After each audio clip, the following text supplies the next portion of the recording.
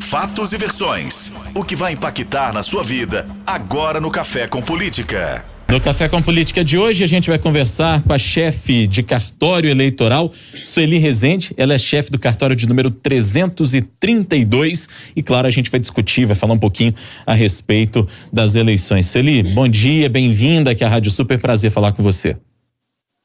Bom dia, prazer é meu. Sueli, para começar, essa é uma campanha e uma eleição atípica em função da pandemia. E os cuidados todos a gente tem destacado, relatado aqui com muita frequência. Eu te pergunto, quais foram os desafios e quais são os desafios do dia dessa campanha e do dia 15 de novembro, próximo domingo, quando a gente vai às urnas? Os desafios foram muitos. A Justiça Eleitoral trabalhou de forma intensa para que o eleitor possa comparecer com segurança e exercer o direito do voto na próxima eleição. Todos os materiais já foram preparados, já encaminhamos para os locais de votação. Cada sessão eleitoral vai receber 4 litros de álcool em gel, os mesários vão receber protetor facial, vão receber 3 máscaras cirúrgicas que eles devem trocar a cada 4 horas, vão receber álcool individual para que eles possam utilizar também todas as vezes que ele tocar em objetos, tocar no caderno de votação. Então a Justiça Eleitoral trabalhou e está trabalhando para que todos possam exercer o direito do voto com muita segurança no próximo domingo. Ele é uma preocupação em relação às pessoas que vão votar, do número, né, ser muito menor que nas últimas eleições, o número de eleitores. As pessoas estão exatamente com medo por causa do coronavírus, e agora a gente tem um agravante ainda, que é uma possível paralisação dos motoristas de aplicativos, os aplicativos que estavam sendo muito usados como um meio aí mais seguro durante essa pandemia. A senhora já falou das medidas de segurança, mas o que a senhora falaria para essas pessoas que ainda estão em dúvida se vão ou não votar no domingo? Elas podem ir com tranquilidade. O protocolo de segurança instituído pela Justiça Eleitoral possibilita que todos possam votar com segurança. Então, em toda a sessão eleitoral, haverá marcação no chão para que os eleitores respeitem esse distanciamento. Então, o que a gente pede para os eleitores é que eles respeitem o distanciamento, né? Respeitem o protocolo sanitário para que os mesários possam trabalhar com segurança e, ao sair de casa, já saiam com a máscara. Não será permitido que os eleitores entrem nos locais de votação sem estar utilizando a máscara. Isso é para a segurança coletiva de todos nós. Que também leve a sua própria caneta. Se ele não levar a caneta, haverá canetas nas sessões eleitorais, elas serão higienizadas. As medidas de segurança, elas vão proteger a todos os eleitores e mesários. Mas a gente precisa que os eleitores respeitem essas medidas de segurança. Certamente. Sueli, neste ano nós temos algumas mudanças em relação a todas as outras eleições. Primeiro, que as sessões eleitorais vão abrir 1 hora mais cedo, às 7 horas da manhã, e até às 10 é o horário preferencial para as pessoas, digamos, da terceira idade. Explica pra gente como é que vai funcionar esse horário preferencial. É preferencial, não significa que só os eleitores da terceira idade vão poder votar entre 7 e 10 da manhã, mas eles vão ter a prioridade. Os eleitores maiores de 60 anos, eles podem votar de 7 da manhã até as 17 horas, mas nesse horário de 7 às 10 horas, eles terão preferência sobre todos os outros grupos de preferência, porque no dia da eleição vários grupos têm preferência para votar, os Sim. candidatos, os servidores da Justiça Eleitoral, as mulheres grávidas, os policiais militares em serviço, por exemplo, né? Então, mas nesse horário, os idosos têm uma preferência sobre esse outro grupo de preferência. Então, é muito importante que os outros eleitores também respeitem esse horário de preferência dos idosos. Agora, se uma pessoa que não é idoso, né, se comparece para votar, ele vai poder votar. Só que ele precisa aguardar que todos os idosos que estão na fila votem primeiro. Sueli, uma preocupação em relação ao que os eleitores podem ou não fazer. Cada um tem o seu candidato, certamente a essa altura muita gente já escolheu, e às vezes quer ali colocar um botão do candidato, levar um panfletinho. O que pode ou não fazer no domingo? Dia da eleição, né, é o dia do eleitor. Então, no dia da eleição, só é permitida a manifestação silenciosa dos eleitores pela preferência de seus candidatos. Então, ele pode sim ir com uma bandeira, ele pode ir com a camisa do seu candidato, desde que ele tenha feito a camisa, não pode haver distribuição de brindes pelos candidatos. Então, no dia da eleição, só é permitida a manifestação silenciosa do eleitor, não pode haver nenhum tipo de aglomeração no dia da eleição, tanto com relação à propaganda eleitoral e também por uma questão sanitária, né? No dia da eleição precisa-se evitar as aglomerações.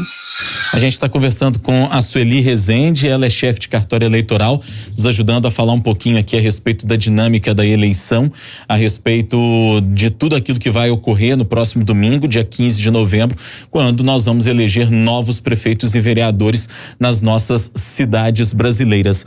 Sueli, você falava a respeito do álcool em gel, que vai ser distribuído aos eleitores nas sessões eleitorais. Os mesários também vão ter acesso ao álcool em gel. A gente sabe nesse momento da pandemia da importância do álcool em gel. Agora, é importante dizer que o álcool em gel não pode, em hipótese alguma, ser passado na urna eletrônica, né? Porque pode até danificar o equipamento, pode prejudicar o funcionamento dela. Sim, a urna eletrônica é um equipamento eletrônico, né? Os equipamentos eletrônicos não podem passar o álcool em gel.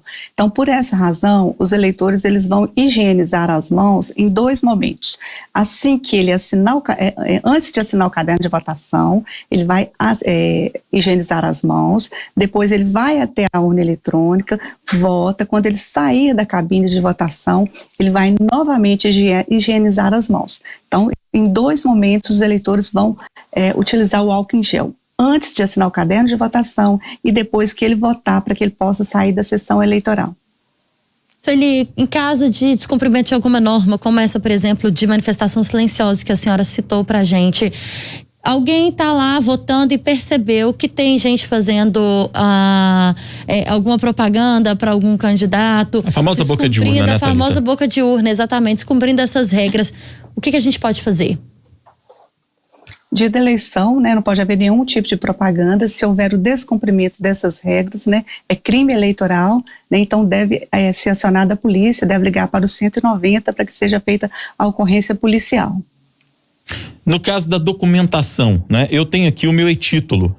Eu faço questão sempre de ter o aplicativo aqui no celular, porque acho que é uma coisa que facilita, que coloca a gente numa condição diferente até de trabalhar a modernidade. Vou mostrar aqui mais de longe, viu, Cris? Para quem está acompanhando na live, para que as pessoas não tenham necessariamente aqui o acesso aos dados particulares, mas eu faço questão sempre de tentar me atualizar desse ponto de vista, sabe, Sueli? E aí eu te pergunto, como é que funciona a documentação? Até o procedimento esse ano ele é diferente, né? E quem tem o e-título, como eu tenho, por exemplo, como é que deve utilizá-lo? Você que tem o e-título, né, e já tem a foto, né, do seu documento no e-título, ele pode ser utilizado como documento de identificação. Então, para votar, o eleitor precisa de um documento oficial com foto. Então, também os documentos na forma digital, como o e-título, se ele já tiver feito a biometria, a carteira de motorista, elas podem ser utilizadas como documentos de identificação. Em relação às fake news, Sueli, nas últimas eleições principalmente, nós tivemos uma onda aí de mensagens pelas redes sociais que falavam que em tal sessão as pessoas não votavam, que elas chegavam lá e alguém já tinha votado no lugar. O que fazer? Qual a orientação para essas pessoas, principalmente no momento que a gente sabe que as redes sociais estão ganhando cada vez mais espaço, principalmente nesse momento de eleição? As pessoas devem seguir as orientações da Justiça Eleitoral, acompanhar as informações da Justiça Eleitoral. Nessas eleições, a Justiça Eleitoral está preparada para enfrentar em tempo real a desinformação no dia da eleição. Tem um telefone do TSE, né, o WhatsApp, que as pessoas que vai informar em tempo real o que está ocorrendo nas redes sociais. Então é muito importante acompanhar os canais oficiais, porque a Justiça Eleitoral, né, irá informar em tempo real se aquilo é verdade ou não, se é um fato, se é um boato, né? E as pessoas precisam sempre desconfiar daquelas informações que estão veiculando, né, de forma viralizada, que não provém, né, dos canais oficiais da Justiça Eleitoral. Para as pessoas que eventualmente não vão poder votar, estão fora do seu domicílio eleitoral no próximo domingo, às vezes estão adoentadas, as pessoas, por exemplo, que estão aí acometidas pela Covid, que é um momento muito ainda crítico para nós enquanto sociedade. Como é que a justificativa vai ocorrer neste ano? Inclusive, parece que vai poder ser feita pela internet, né, Sueli?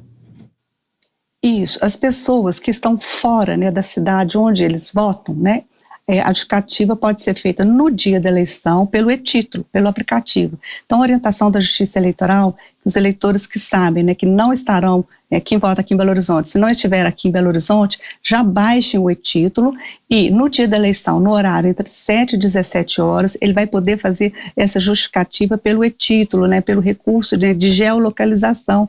Então, será possível fazer a justificativa pelo aplicativo e-título. Agora, as pessoas que estiverem no seu domicílio eleitoral, eles têm o prazo de 60 dias para fazer a justificativa, que também vai poder ser feita pelo aplicativo ou pelo site do TRE. Ali reforçando também orientações já dadas das pessoas que tiveram sintomas gripais ou que tiveram Covid confirmado nos últimos 14 dias, né? Ou com 14 dias completando até domingo, não devem votar, e essa justificativa também vai poder ser dada mediante comprovante, né? Com o atestado médico, por exemplo, comprovação do exame de coronavírus. A orientação da Justiça Eleitoral é que quem teve, né, o diagnóstico positivo, né, para a Covid-19 a partir do dia 1º de novembro, não compareça à sessão eleitoral, e aqueles que estiverem com febre no dia da eleição também não devem comparecer à Justiça Eleitoral e podem fazer a justificativa a partir da segunda-feira, né, pelo site do TRE ou pelo aplicativo, e deve juntar documento que comprove essa situação, né, que pode ser um atestado médico ou o resultado do exame. Hora do bate-pronto.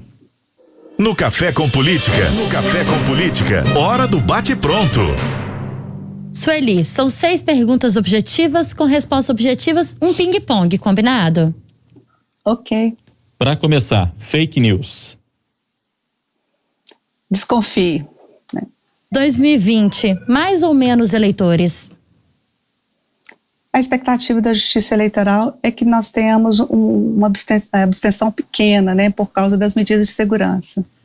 O papel do eleitor? Cumprir o protocolo sanitário. O papel do candidato? Cumprir as regras da propaganda eleitoral. Segurança da urna eletrônica? 100%. Coronavírus e a eleição? Um desafio. Sueli Rezende, chefe de cartório eleitoral, chefe do cartório de número 332, conversando com a gente a respeito da eleição do próximo domingo e ajudando você a se preparar, prestando um serviço com a gente aqui. Certamente foi muito esclarecedor para quem ainda tinha alguma dúvida. Muito obrigado pela entrevista e bom trabalho para vocês que, assim como nós, vão estar trabalhando e muito no próximo domingo, viu, Sueli? Bom trabalho para todos nós, né? Ótimo dia para a senhora, Sueli, obrigada. Boa sorte no Obrigada, domingo também, bom trabalho.